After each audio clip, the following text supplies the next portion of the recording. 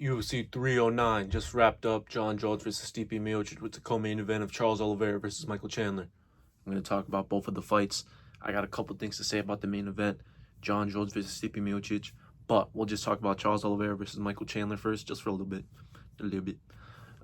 Charles Oliveira won over a decision. Charles Oliveira never went 5 rounds in his career. He went 5 rounds with Michael Chandler. His cardio looked good until the 5th round he got caught. I think he was just hurt mostly. Then he was tired. His cardio was good, honestly. He won the fight. Now his next fight's gonna be against who fucking knows, bro? Maybe even Dan Hooker, bro, or Islam Makhachev if he wins against Arman Tsarukyan. But I don't think he should get the title shot. He only has one win. He won against Beneil Dariush after losing to Islam Makhachev. Then he lost to Arman Tsarukyan, and then he won against Michael Chandler. I don't think that deserves a title shot. Honestly, I love Charles Oliveira. I love him. He's one of my favorite fighters, but you need more than just one win after coming off a loss. So he won, he lost, and then he won again. Come on, you need one more win at least, just one more win. Dan Hooker, that's an easy fight. But yeah, bro, it was an entertaining fight. It was a crazy fight. Every single Charles Oliveira fight's gonna be good, especially when it's with Michael Chandler. Come on, when you got Michael Chandler and Charles Oliveira, come on, it's a recipe for amazingness. But honestly, Michael Chandler in the 5th round, he still had some cardio. And I was really surprised because let me tell you this. Charles Oliveira had a triangle, the leg triangle, over his stomach. And when you're out of breath and someone got your stomach wrapped up with their whole legs, and you can't even breathe, that shit's crazy. I had a weight on my stomach while I was out of breath to try it out, and I was like, yo, what the fuck? Imagine that. Imagine that, bro. That's why they trained for that. But Michael Chandler, I thought he was going to be gassed by the 5th round. He actually hurt Charles Oliveira with a nasty right hand, bro. Nasty boom. It caught Charles Oliveira clean. And he ate that shit. Honestly, I thought it was close. I thought there was a chance he might quit, but nah. Charles Oliveira is a smart guy. He took him down in the 5th round. Honestly, he deserves it. If anyone deserves to just hold someone until the end, it's Charles Oliveira. He dominated him for the first 4 rounds. I wouldn't say dominate, but he won. I think he got a 10-8 in round 2. He won very, very good, bro. Good performance. That shows he's improved. He's an improved fighter. Honestly, his striking was elite. It was good against Michael Chandler, but Michael Chandler hasn't fought in 2 years. And I don't know how he's still number 6 ranked. He should honestly be number 8, number 9. He still did good, though. He went 5 rounds with Michael Chandler. 5 rounds his first time in his career. It's a good sign, He has good cardio. But yeah, he won. Good shit, Charles Oliveira. Let's go. He won. I would have been fucking devastated if he got knocked out by Michael Chandler because that could have happened. But the main event, let's talk about that. John Jones versus Stipe Miocic. John Jones wins, obviously. Obviously, he wins because he's fighting Stipe. Stipe looked old in that fight, man.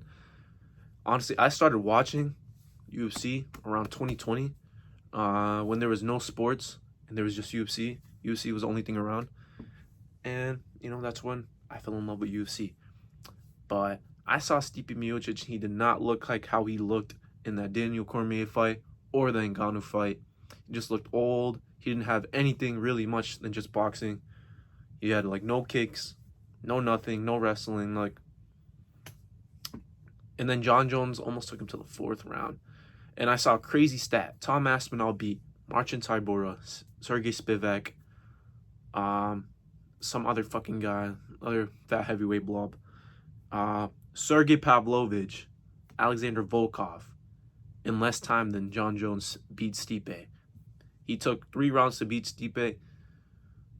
Tom Aspinall beat all those opponents in under that time. That's obviously the next fight. John Jones is ducking him. He's ducking him in the... I know what you're trying to do, John Jones. In the post-fight speech, Joe Rogan asked him about who's next, Alex Pereira or Tom Aspinall. He's trying to give him this option. No, you're not fighting Alex Pereira, bro. That's no option. It's either Tom Aspinall or you retire. It's obvious, bro. How can you keep fucking ruining this sport? I don't know how Dana White is supporting this. How are you letting this happen, bro? What's going to happen to the heavyweight division if this motherfucker goes and fights Alex Pereira?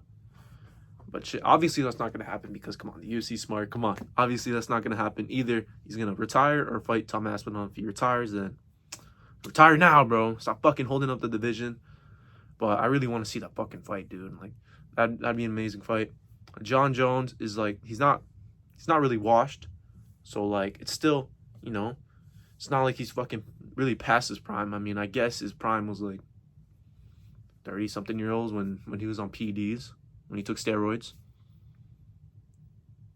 The only guy in the UFC with a record of taking steroids, and people still call him the GOAT. But shit, he has to fight Tom Aspinall next. It was a mean finish, not gonna lie. The spinning back kick to Stipe Miocic, that was a mean finish. He honestly might have broken a rib, might have shattered a rib with Stipe Miocic because that was a clean shot. A heavyweight doing a spinning back kick. Pretty impressive, man. Impressive. I can't lie.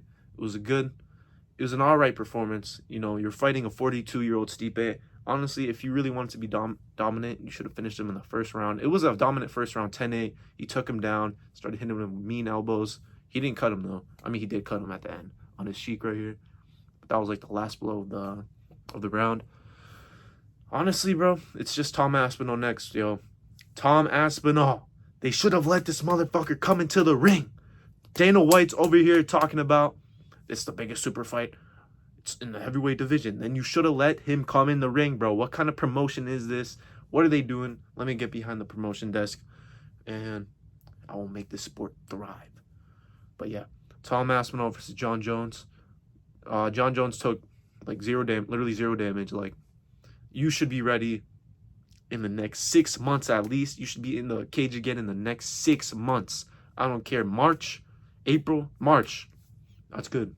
That's good for me. March. February is probably going to be Volkanovski in Australia. March. Honestly, just March. John Jones versus Tom Aspinall. UFC 313. Some shit. 312, 313. Whatever lines up. And yeah, Tom Aspinall is going to knock him out in the first round because Stipe Miocic was catching him. And Stipe Miocic was slow. 42 years old. Slow. Tom Aspinall is going to knock him out. And that's all I think about this shit. Honestly. John Jones, retire, man. Retire, because you're a cheat. You're a PD cheat. And everybody looks over it, but whatever. That's what I thought of this shit. I'm going to make a prediction video for the next week's card. Peter Yan versus Davis and Figueiredo. Honestly, I'm kind of leaning toward... I'm thinking Peter Yan, but we'll see.